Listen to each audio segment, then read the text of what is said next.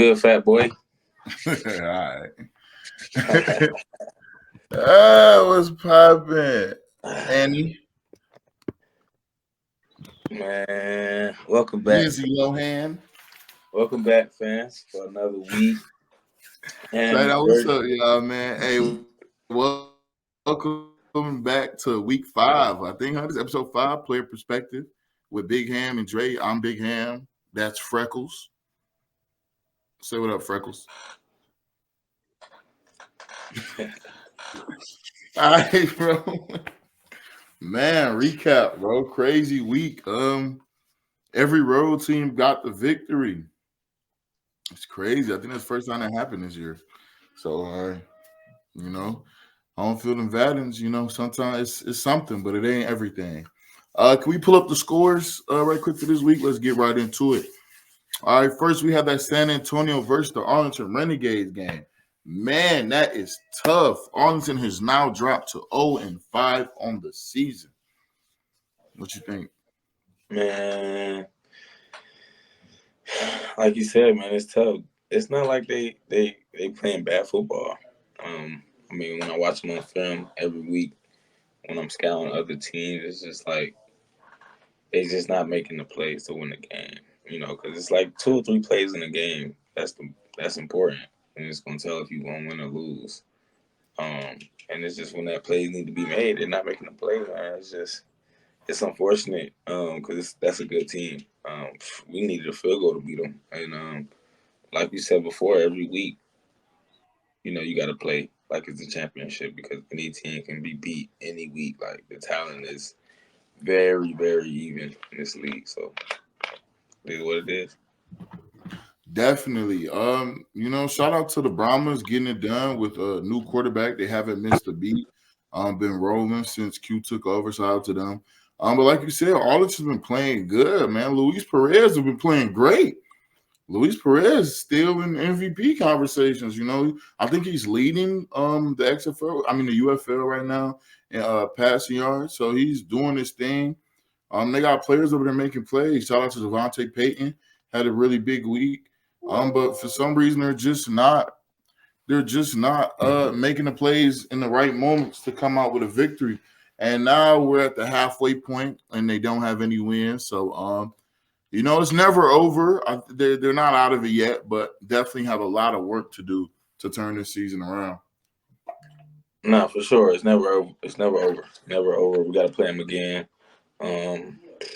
Like you said, bro. You just got to make the plays to win the game. So that's just what it's about. Yeah, no, definitely. I hope they could turn it around though, because I hate to see that. Got some friends on that team, and I know that ain't fun. I know we went through that a little bit last year on Guardians. When you won the only team in the league without a win, and that is not a fun place to be. I don't feel like I've seen them get as much heat as we were getting though. We were getting a lot of heat. I don't think Arlington getting as much slack as we was getting last year. Because last year in the Orlando Guardians were 0-5. It seemed like we was trending all the time. Everybody was just bashing us. Everybody was just speculating on what was going wrong, talking all this, man, talking down on. I don't feel like Arlington's been getting as much hate as we was getting for going 0-5. That's crazy. We was playing bad football, and we had a lot of stuff going on. We was cutting guys, signing guys every other week. We just had a lot going on. They playing good football. They're just not getting it done at the end of the game. They're not finishing. And it's like, and they won the championship last year. So, nobody going to sleep on them. Us, last year, we didn't show anybody anything, not to say. Everybody has something to say because it was just easy. Like, we was playing bad football. Like, I just got to be honest. Problem. Bro, fix your face while I get mad. I know. Man, I get what you're saying, but I still feel like, people was just on our head. Like, we couldn't catch a break. But, Arlington is more pity. Like, man, they got to figure it out. I hope they figure it out. I hope. But with us, it was, these guys suck. What they doing? Like, you feel me? The energy was different. But whatever. I digress. I'll let it go. Maybe it's because they're the defending champions. Mm-hmm. But anything else you want to touch on with that game? I think we covered it all. Shout out to Luis Perez. He's playing crazy. Shout out to Quentin Dormady. The run game helped them a lot. So just shout out to the San Antonio as a team. They looking really good this year. Anything else you want to touch on with them? Nah, I don't got no shout outs or nothing. I'm just ready to talk about game two. All right, come on. Let's go on the game too. Yeah. All right, we have Birmingham versus Houston, 32-9. Wow, that's crazy because I'm a guy on here that said I like Houston defense, but damn. Hey, but that go back to my point though. When I say when Adrian Martinez is the starting quarterback of that team, they just look so dominant.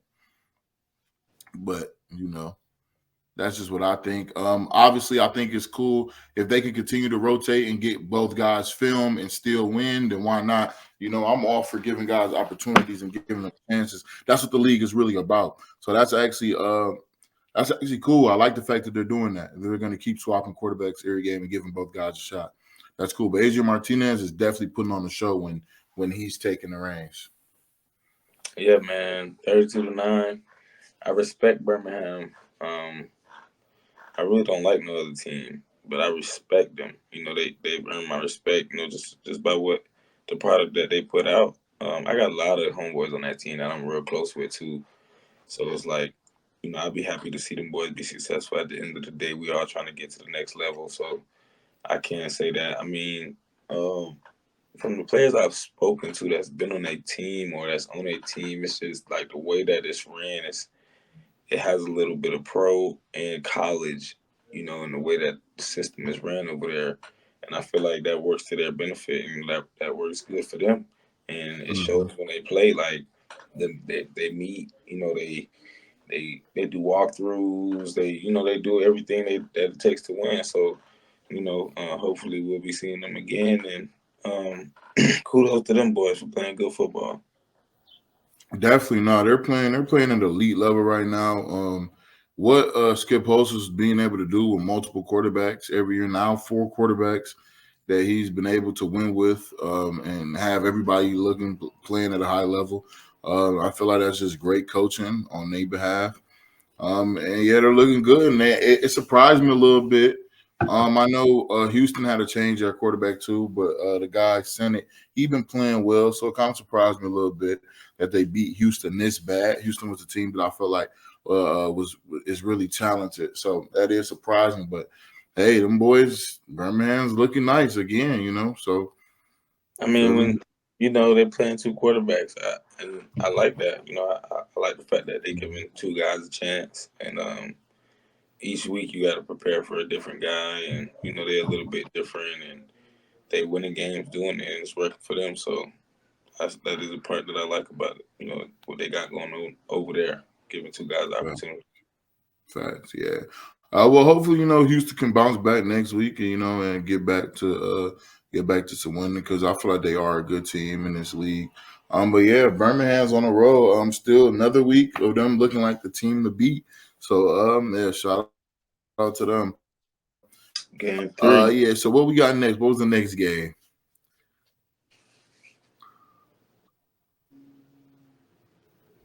Damn.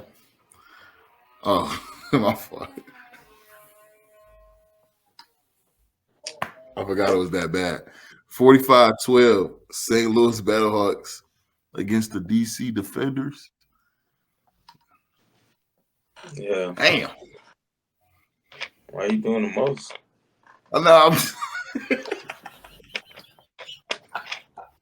You being hella extra. My fault. My fault. My You fault. knew you My knew the score. Hey, we got our butts handed to us. It was an early game. It was hot. I just feel like we came out slow and sluggish, and you know, we took their best shot in the halftime. It was 17-12. We was there in the game. The final score is not going to dictate, how the whole game went. Yeah, no, Um, for sure. Y'all definitely made it close. Y'all scored right before halftime to make it a 12-17. yeah, Um, I'm not done, bro. I'm not done. I'm not done. my I'm fault, not, big dog. My I'm fault, not. big dog. Before you go ahead and say your little piece and start doing all your, you know, jokes, let me get what I got to Bro, I'm say not out. even crack no jokes, bro. At the end of the day, That's a good football team over there. And DC St. Louis, they've been a rivalry since last year. I think DC beat them twice, and St. Louis been wanting to beat DC bad for a long time. And they came in and did what they had to do. But like I said, the game was close. It was a tough game. Towards the end, guys started giving up. Guys didn't finish strong, and that's how the score ended up. What the score was. So, but sometimes that's what a team needs to really wake up and figure out the leaks and in the team when you have turnovers, but two block punts, that's set up for disaster. So Yeah. you got to get up, you got to dust yourself off and continue to play because you got another game coming up in a couple of days. So it is what it is. Yeah, no, I feel like them turnovers definitely hurt y'all. I mean, two of them were early. Two of them were in early first and second quarter, if I'm not mistaken. And then the second, so two in each half. So yeah, it's very hard to win a football game when you don't win the turnover battle and you don't win special teams. And you feel me? Y'all lost the turnover battle and y'all lost on special teams. So after that, it's very, very hard to win a football game. Um, Three interceptions, one fumble, two block punts. Yeah, it's just hard to win like that. And then, of course, yeah, the score looks crazy at the end.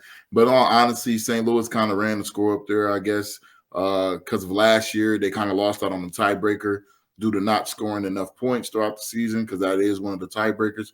So I think that's why they kind of ran it up on y'all like that. Because that second string QB came in, it was being a try hard. Like they wasn't up 30. He came in hurdling. He diving for the pylon. He just was doing a lot. He was trying to get in that box, but hey, Yeah, no, hey, that's my shout boy out to him. He's Manny. trying to get his film too, though, man. That's my boy Manny. We used to train together in high school when I used to go out to Arizona. Okay. I met him in Arizona. He talented. He just wanted to get in, and I feel him though, bro. Yeah, Backup he's trying to get his quarterbacks, film. we don't get many opportunities. You know what I'm saying? Mhm. The game is close. You're not gonna get in. So he Right. got his opportunity. So he did what he would do. I would do the same thing, honestly. Yeah, nah, he went out there and showed out for sure. So you ended up getting subbed into the game with about like I want to say 9 minutes left in the fourth quarter. By that point, I think the game plan, if I'm not mistaken, what from what I saw, I know there were some communication errors. Your mic wasn't working.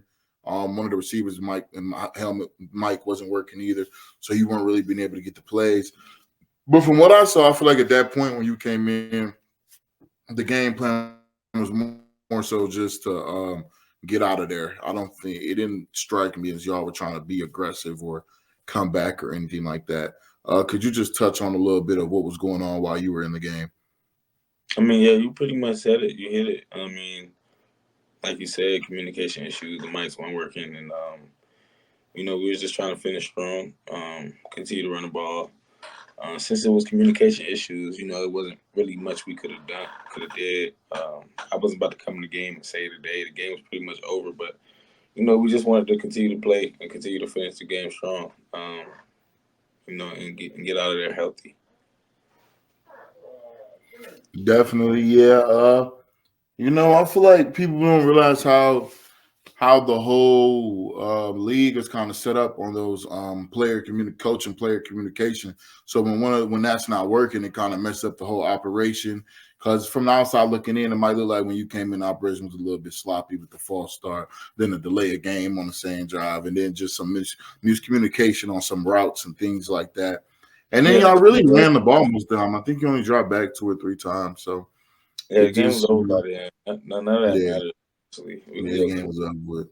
What you said? I said none of that matters. Honestly, the game was over. We can go to the next game for real. For real. Why you try to just brush past it? I think we need to just dwell on it a little bit more. All right, it's I 24 think we hours. just need to. You don't take a lot of L. Yeah. You know about the 24-hour rule. I don't. I didn't lose that much. Don't do that. Tell me I lost. I know about 24-hour rule, but but don't make it seem like you just had the most winningest career. Let's not do that, because both our career win percentages took some hits last year for sure. So let's not. I I ain't participated in those games. You Bro, just you were already on the team. It don't said matter. It Well, don't I matter. count games I contribute to, and, that's real. You right. Anyway, Memphis, yeah, we can move on, bro. Y'all boys just got to shake back next week, bro. yeah, And do we gonna shake y'all back play them too. again? Yeah, Y'all we play play them them again. again. So Yeah, y'all can't let that happen twice, bro. we Because know what we gotta do, Hakeem bro. Butler went crazy. Nah, shout out to him. He did his That thing. man had an 80-yard touchdown and was looking at the DB for the last 40 yards. I know. I seen it, bro. I seen it. I was there. I know you had front row seats. You seen it better than anybody. So you Yeah. see him looking at your man. Hey, Anyway, let's move on. oof. So Let's move on to the last game. We had the Muskegon Panthers put a beating on the Memphis Showboats, 35-18. I'm actually impressed out of them because I don't believe EJ Perry played, or did he? No, I don't know. I'm not sure, but yeah, no, he didn't play. I mean, I already knew Michigan was good. You know what I'm saying? I already knew they had a lot going on. They could run the ball. You know, they got mobile quarterback. So I'm not too surprised by this. They defense for real. You got to come ready to play when you play Michigan. I already knew that because we scrimmaged them, and then just been watching them throughout the year. But that's just what it is. Not definitely. They definitely put on a show.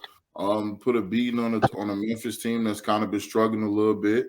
But I thought Memphis, I think I picked Memphis to win that game, I believe. I thought they were they're a pretty good team. If they can fix some of their protection issues. I didn't see anything too egregious, but they still did have some protection issues. They started a different quarterback this game, and he was out there getting hit a little bit too. But I think he stood in there and made some plays and kind of made his case to be the starter moving forward. Going to be interesting to see what they do. But yeah, shout out to him. He went out there and tried to make the best out of the situation. But I think they definitely do need to fix some stuff with their offense and. Yeah, and they have a ways to go. We're halfway through the season, so we can see if they could turn it around. But that was a great game by the Lansing Panthers right there. That was a really good game. So yeah, yeah, that was Yeah, cool. it was a good game. They getting better. They getting better every week. Shout out to Yeah, Michigan. yeah. I feel like the quality of games this week were just better overall. All the road teams got to win. So it's just showing just how competitive the league is, how teams are kind of starting to get into their own, come into their own. Definitely, we're at the halfway point. We're going to see a lot of teams shaking up the roster, I feel like. A guy that was eligible for the 2024 draft has already signed with the UFL team. He didn't get drafted, didn't get undrafted free agent with the NFL, so now he signed with the UFL. I think we have to be aware of those players coming in, guys who, were in the NFL draft this year that didn't get opportunity, or if they got a tryout, if they don't make team, we should be on the lookout for some of those guys coming into the league. I know the USFL last year was really not last year. Was it last year? I think it was last year. The USFL was really big on that, bringing in those guys. They had a whole rookie draft, So I think it's going to be a bigger thing this season to watch that. But yeah, so just fans, if you're your favorite team, be on the lookout. A lot of roster moves coming. It's the halfway point. Teams are trying to find their identity and they're trying to do what they need to do to win the championship. So, Thanks. all right, let's move on. Let's look forward to next week really quickly and give y'all some insight. All right, what we got? We got Birmingham Stains versus Memphis Showboats first game. I'm going Stallions by double digits, 10 points. I'm going Stallions, but they're gonna keep it close. I think Memphis gonna keep it close. Mm, I don't know. I don't know. Yeah, I don't know. They feel like they just played, didn't they? That was the game where Cookies got hit. Like y'all took out the game. Wasn't that just that game? Like Yeah, 2 weeks ago. we played San Antonio first, and we playing them this week. It's like conference week. Okay. But yeah, no, I'm taking Memphis by double digits. Yeah, bro. I'm not Memphis. My fault. I'm taking Birmingham by double digits. I don't know. I don't think they. Memphis just played them a couple weeks ago and was not prepared. I don't think and they didn't look better this week. So yeah, I don't think. Yeah, I'm gonna take Birmingham by 10 at least. Yeah, I'm But gonna you said take, you think Memphis gonna keep it close. yeah, I'm gonna take Birmingham. Shit, 10 is close in this league. True, yeah, definitely. I mean, it's always harder to beat a team twice because they've played you already. They know what to expect. You get what I'm saying? Those matchups that probably were a walk in the park last game aren't going to be so easy this game because now that player kind of knows what you're about. So yeah, it's Yeah, definitely going to be an interesting game to see. game I'm two. interested to see who gets to start for at both quarterbacks. If they keep the trend of switching quarterbacks, then it's going to be interesting to see who gets that start. So yeah, looking forward to that game. What we got next? Houston at St. Louis. Houston at St. Louis. Okay. It's gonna be a good game. I think Houston gonna shake back a little bit, but I like St. Louis. I like St. Louis. I like Houston defense though. I feel like they're gonna shake back. You know, St. Louis got some stuff they gotta still figure out too. Yeah, That score 45-12 make it look like, oh, it was a perfect game, but we definitely, turned the ball over and did horrible yeah, on special teams. So I feel like yeah. A lot of Houston, two late scores kind of made that game look a lot worse than it was. Well, turnover wise, it was pretty bad, but the score wasn't that bad too late. But yeah. next game, Arlington at Arlington, I'm gonna take Arlington, bro. They're not gonna go 0-6, are they? Arlington 2 to get their first win. Yeah, Arlington not going 0-6, man. Even though Muskegon been looking good, man. The Mhm. Saginaw Panthers been looking good. I don't know though. But I don't know. Pontiac Panthers been looking Once a team good. went 5, the morale started leaving the locker room, especially with these older entitled guys. It started Yeah, being like a real. this this week at practice for Arlington is going to be a huge turning point. If the coaching staff can keep guys engaged and enthusiastic and ready to go out there and win a game, then that's huge. Because some guys in that locker room are definitely going to check out. Hmm. And definitely going to go into, all right, this is about me mode. Let me get my film, let me get my reps, and let me get out of here. Like, some of those guys are definitely going to check out. I feel like Luis is a great leader. I feel like Bob Stoops is a great leader, though. So I think they're going to kind of put some of that in check and not let guys check out mentally. But we're definitely going to have those guys on the team that are like, all right, this is about me now, because just obviously this team stuff ain't working. We ain't winning. So this is going to be a turning point. And whether they win or lose this game is going to be huge on that morale in that locker room going forward. So 0-6 is crazy. So Yeah, how I'm you? gonna take Arlington. They're fighting for their life, man. I'm gonna take Arlington. Next game, what we got? Game 4. Yeah, we got San Antonio at DC. Oh, y'all back home back to back weeks. That's lit. Yeah, we back home, man. I'm taking us. Duh. We got to get this win. This conference play. This is the only game that matters right now. Last game is last game. This is the most important game. We getting things together. You know what I'm saying? We doing what we got to do, practicing hard. And we gonna come ready to play. That's all I gotta say. I think I'll take y'all to win this game. I think y'all gonna bounce back. That loss last week definitely gonna have y'all, blood hot. Hey, y'all practicing hard. Hey, y'all coming out there ready to play. You're at home, great atmosphere. The fans are gonna show up, show out for y'all. So I'll take. I think it's gonna be a great game. I think it's gonna be a close game. But I have y'all pulling away with it. Definitely, I got y'all pulling away with it. Yep, I see Jordan Thomas being very efficient, accurate with the ball, getting it out quick. I see our D line being very chaotic and causing chaos in that backfield. Manifesting it. So that's just what it is. Definitely. But yeah, overall, man, halfway point of the first season of the UFL. I think so far it's been a really good season. I think they've put out a good product. It's only getting better. And I feel like the league is on the path of being around for a while, being here to stay. So so yeah, I just wanted to say, halfway point. It's looking good so far. What do you think so far on the state of the? Yeah, man, it's going by fast. Halfway point. Teams are figuring out their identity and things gonna be tight at the end of the season. I can see it now. So you gotta come to play every week. This thing is rolling, bro. As soon as you play, it's like you get a day off, and then it's like you playing in 3 more days. So these 5 games about to fly by. So I'm excited, bro. I'm blessed to keep going, and we're gonna see where it goes.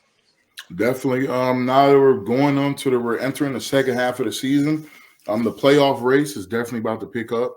These games, these wins are about to become even that much more important.